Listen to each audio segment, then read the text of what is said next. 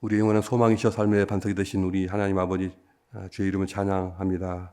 이 시간 저희의 마음이 하나님의 말씀으로 또 주의 영으로 채워지기 원합니다. 저희가 거룩하신 은혜로 채움받고 오늘 하루 시작하기를 간절히 사모합니다. 주의 말씀으로 찾아와 주시며 또 성령으로 채워 주시옵소서. 아버지, 특별히 매 주일마다 그리고 날마다 교회를 위해서 헌신하고 봉사하고 사역하는 모든 주의 일꾼들과 함께하여 주시옵소서. 그들의 봉사와 사역이 아버지 그 가운데 기쁨이 없으면은, 그 가운데 만족이 없으면은 이 교회는 병든 교회일 것입니다. 아버지, 그러나 모든 봉사자들과 사역자들의 그 마음에 기쁨과 감사가 있으면 이 교회는 아버지 건강하고 아버지 이 파워풀한 교회가 될 것입니다. 아버지, 이 교회를 건강하게 만들어 주시옵소서. 이 교회를 풍성하고 아름다운 교회로 만들어 주시옵소서. 하나님 아버지,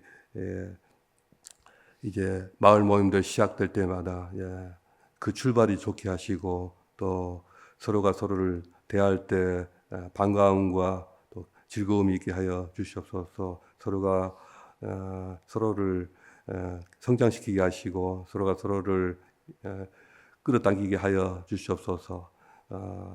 이 교회가 예배와 함께 마을 모임이 지속적으로 성장하게 하시고 자라게 하여 주시옵소서. 그 속에서 저희가 많은 것들이 일어나고 많은 것들을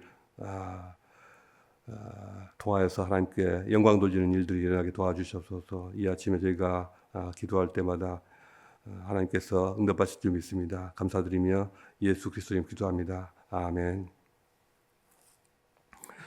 하나님 말씀 읽겠습니다. 누가복음 4장 31절부터 44절까지입니다.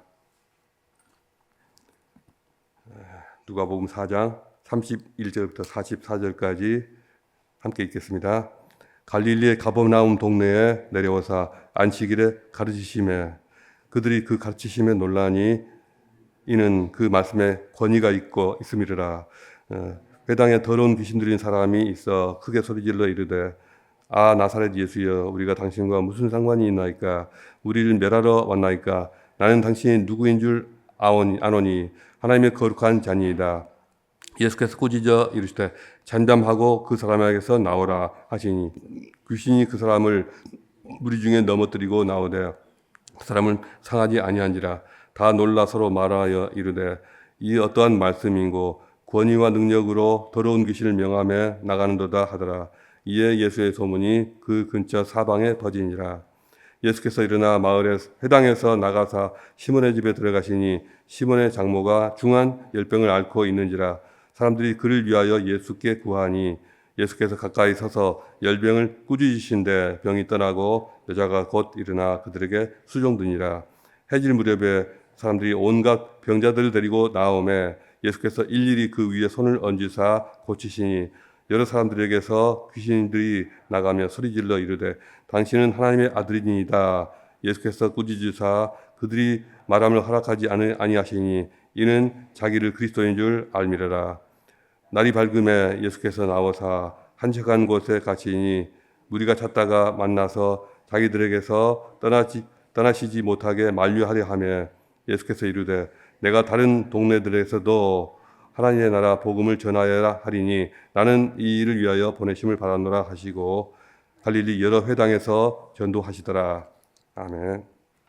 오늘 함께 나눌 말씀의 제목은 기도로 충전하고 봉사와 사역으로 쏟아부으라입니다.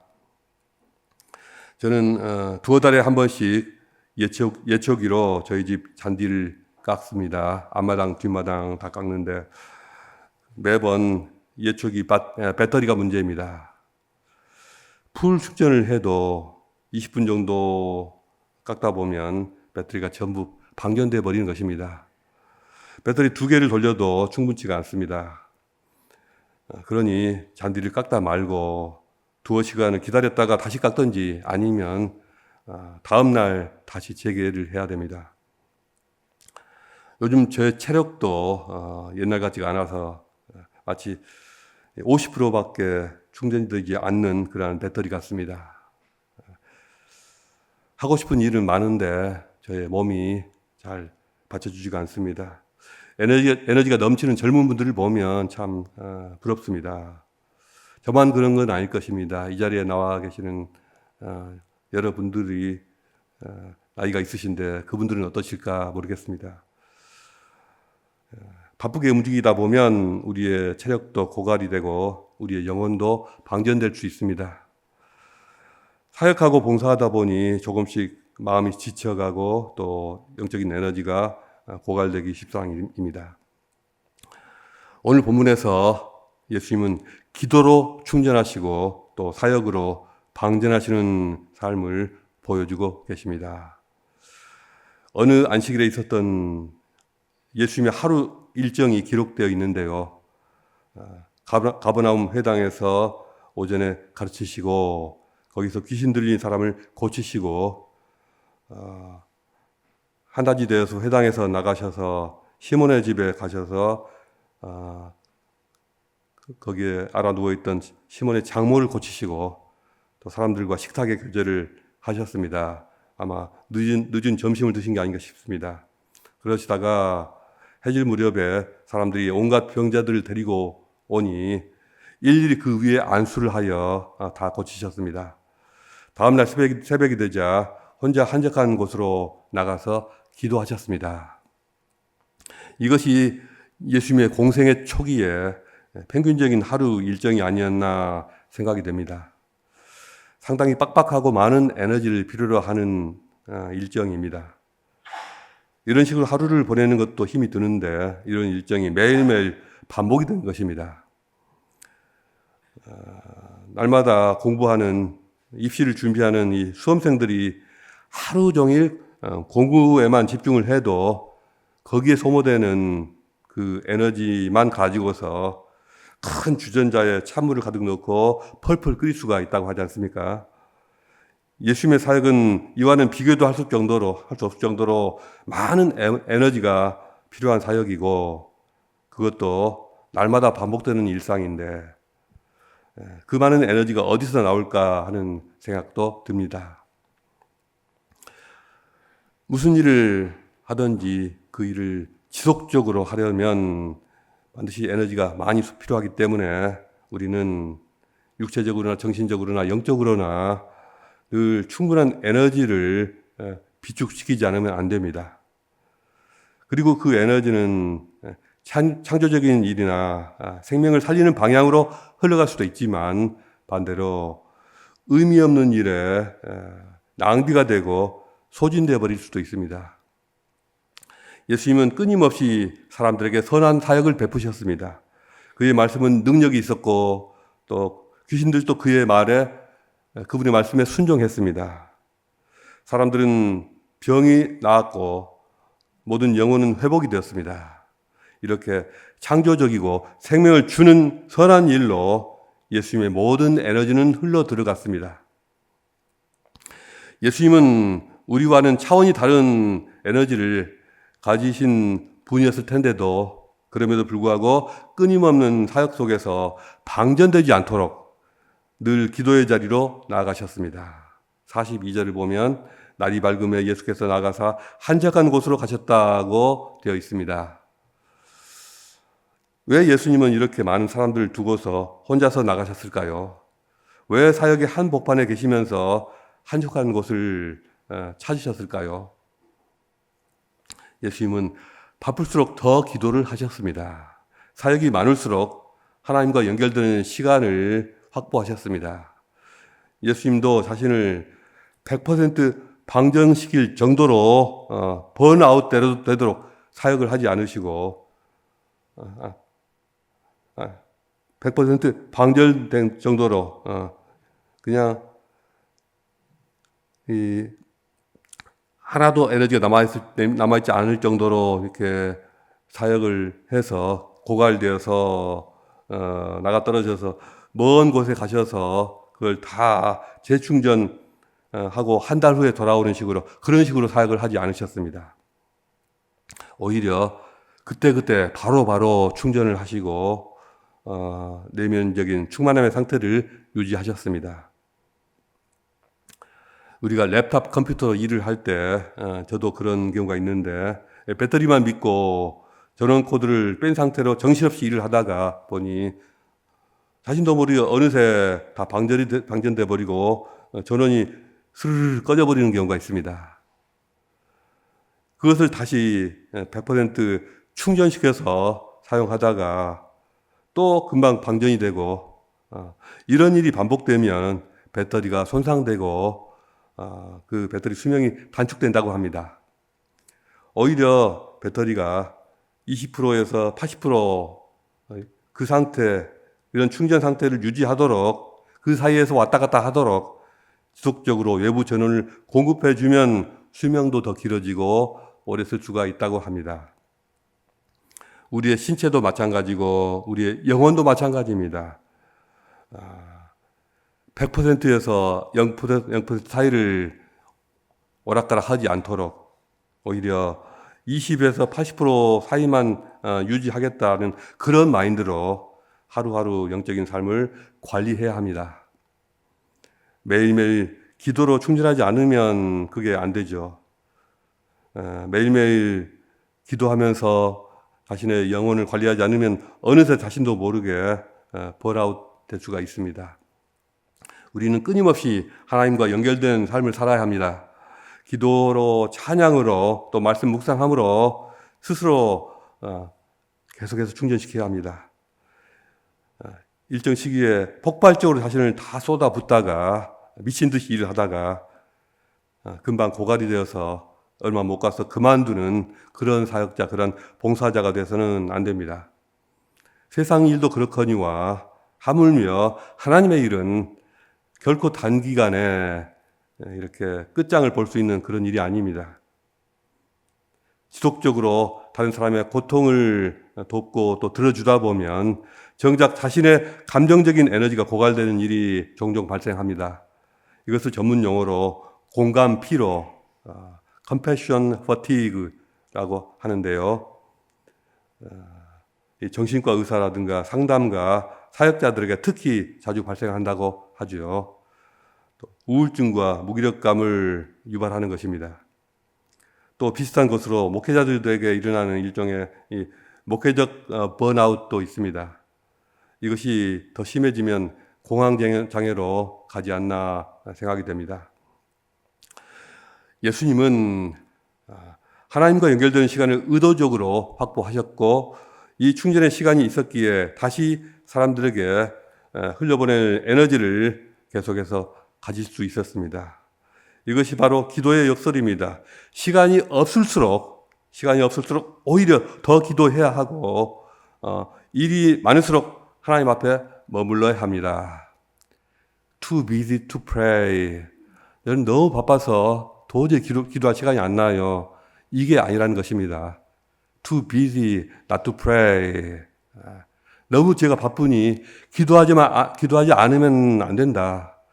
너무너무 제가 바빠서 도저히 기도를 안 하면 버틸 수가 없다. 이게 맞다는 것입니다. 그러니 양치질 하면서도 기도해야 하고 또 화장실에서 일을 보면서도 기도해야 하고 너무 바빠서 시간이 안 나니 또 차를 운전하며 가면서 출근하면서도 기도해야 하고 또 밤에 잠자리에 들어가서도 피곤해서 골아 떨어지면서도 또 한마디라도 기도를 하는 것입니다. 교회 사역과 봉사는 특히 힘과 에너지를 방전하는 일입니다. 중요한 일일수록 그렇습니다.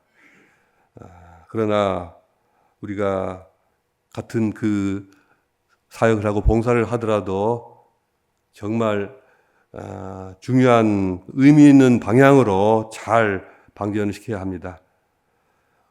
자, 어떻게 하는 것이 그렇게 의미 있는 일에 에너지를 쏟아붓는 일이 될까요? 우리는 흔히 소진된다, 번아웃 된다라는 것과 또 쏟아붓는다, 디스차지 한다는 것이 같은 뜻으로 생각하지만 이것은 전혀 다릅니다.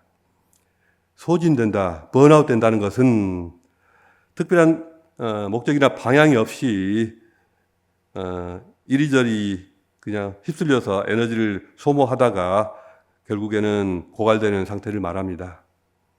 사람들의 끝없는 요청, 사람들의 기대에 일일이 반응하고 다 맞춰주고 모든 일에 신경을 쓰다가 결국 몸도 마음도 탈진하는 상태가 번아웃입니다. 그러나 쏟아붓는다, 디스차지 하는 것은 다릅니다. 에너지가 가장 필요한 중요한 일에 흘러 들어가고 분명한 목적과 방향성을 가지고 거기에 다 쓰여지고 그러면서 내 힘을 쏟아붓고 다시 충전하는 것이 균형을 이루면서 생산적인 흐름을 만들어내는 것을 말합니다. 그것이 쏟아붓는 것입니다. 예수님은 번아웃되지 않으셨습니다. 예수님의 삶과 그분의 사역은 무작정 다 쏟아붓는, 무작정 다 퍼주는 것이 아니라 하나님이 보내신 목적에 따라서 쏟아부으시는 것이었습니다. 예수님은 사역의 한가운데서도 끊임없이 사람들이 원한다고 해서 다 주지 않으셨습니다. 우리를 떠나지 마세요. 이렇게 요청하는 사람들에게 나는 다른 동네에 가서도 복음을 전해야 한다. 이렇게 말씀을 하셨습니다. 무작정 다 들어준다고 해야지 그게 사랑이 아닙니다. 예수님은 필요를 따라서 사셨다기보다는 하나님의 거룩하신 목적을 따라서 사셨습니다. 우리는 봉사와 사역을 하면서 나는 사람들에게 인정을 받고 있는가? 이렇게 해야 사람들이 좋아하겠지. 내가 더 많이 수고하면은 사람들이 더 인정해 주겠지. 아니면 다른 사람들도 다 이렇게 하니까 또 거절하면 미안하니까 혹시 이런 마인드로 자신도 모르게 봉사하거나 사역할 수가 있습니다. 그러다 보면은 이렇게 하다 보면 자신도 모르게 스스로를 번아웃시키기가 쉽습니다. 우리의 봉사와 사역이 이런 식으로 번아웃되는 것이 아니라 더 중심적인 어떤 목적과 방향을 가지고 창조적이고 의미 있는 그러한 쏟아부음이 되려면 우리의 생각은 늘 이렇게 포커싱 되어야 합니다. 이것이 하나님이 원하시는 방향 맞지? 이것이 정말 사람 살리는 일 맞지? 지금 이 일이 일회적인 일이 아니라 앞으로도 지속될 수 있는 그런 일인 거지? 우리는 열심히 일할수록 더 방전될 수밖에 없는 그러한 연약한 존재들입니다. 그러나 어떻게 방전되느냐에 따라서 전혀 다른 결과가 나타납니다. 방향 없이 방전되면 고갈되고 번아웃되고 맙니다. 그리고 다시 회복되는 것이 쉽지가 않습니다. 그러나 의미 있게 정말 중요한 일에 생명을 위하여 쏟아붓게 되면 다른 생명을 깨어나게 하고 또 생명으로 꽃이 피고 열매 맺게 합니다. 그리고 그렇게 될 때 금방 내 자신도 회복이 됩니다. 그러한 생명과 사랑의 흐름이 그 사람뿐만 아니라 나까지도 함께 살아나게 합니다. 인간의 감정과 에너지는 자연스럽게 흐를 때 건강하게 되고 또 그것을 스톱시키고 멈추게 되면 병이 든다고 합니다. 감정을 계속 억누르면 정신적 압박이 생기고 분노를 삼키면 우울증으로 이어지고 또 슬픔을 혼자 곱씹으면 정서적으로 고립되고 단절이 됩니다. 마찬가지로 우리가 가진 사랑과 에너지도 흘러 가야 건강해집니다. 하나님께서 주신 모든 우리의 힘과 은혜를 나누고 잘 흘러보낼 때 그럴 때 기쁨이 생기고 또 헌신과 사역을 통해서 의미를 발견할 때 우리의 에너지가 다시 금방 충전이 됩니다. 예수님께서 치유하시고 가르치시고 사역하셨던 이유도 마찬가지입니다. 그것이 사람을 살리는 흐름이었기 때문입니다. 그러나 건강한 관계가 세워지기 위해서는 맺고 끊는 일을 잘 해야만 합니다. 예수님께서는 귀신을 내쫓고 병을 고치셨지만 무한정 그 일을 계속하신 것은 아니었습니다. 하루 종일 밤낮으로 또 다음 날까지 똑같은 일을 같은 사역을 몰입하고 계속하신 것은 아닙니다. 사역을 적절한 타이밍에 스톱하시고 기도하기 위해서 하나님께 나아가셨습니다. 건강한 목회자, 건강한 봉사자는 하루 종일 사역에만 몰두하는 사람이 아니라 또 밤낮으로 그 일에만 몰입되어 있는 그러한 사람이 아니라 적절하게 맺고 끊으면서 하나님께 나아가서 스스로를 충전하는 일을 게을리하지 않는 그런 사람입니다. 이제 우리 스스로의 삶은 과연 어떠한가 생각해 보십시다. 나는 지금 어떤 방식으로 하나님이 준 은혜와 영적인 에너지를 사용하고 있습니까? 나는 지금 무의미한 일에, 쓸데없는 일에 방전되고 소모시키고 그래서 번아웃 되지는 않습니까? 아니면 하나님의 뜻을 따라서 가장 소중한 일로 에너지를 흘려보내고 있습니까? 내가 하는 일들이 정말로 하나님이 기뻐하시는 방향이 맞습니까? 나는 날마다 기도로 충전하면서 스스로를 잘 관리하고 있습니까? 내 영혼의 배터리는 지금 몇 퍼센트 정도로 채워져 있습니까? 혹시 지금 나는 기도 없이 일만 하고 있지는 않습니까? 예수님은 날마다 기도로 자신을 충전하셨고 그것을 낭비하지 않고 하나님의 목적과 방향에 따라서 그 힘을 쏟아 부으셨습니다. 우리도 날마다 주님처럼 지혜롭게 자신의 삶을 관리함으로 낭비되거나 허비되지 않고 온전히 하나님께 올려드리는 삶이 될 수 있기를 주님의 이름으로 축복합니다. 기도하겠습니다. 기도하실 때 우리 자신의 안에 있는 모든 에너지와 은혜가 허비되지 않도록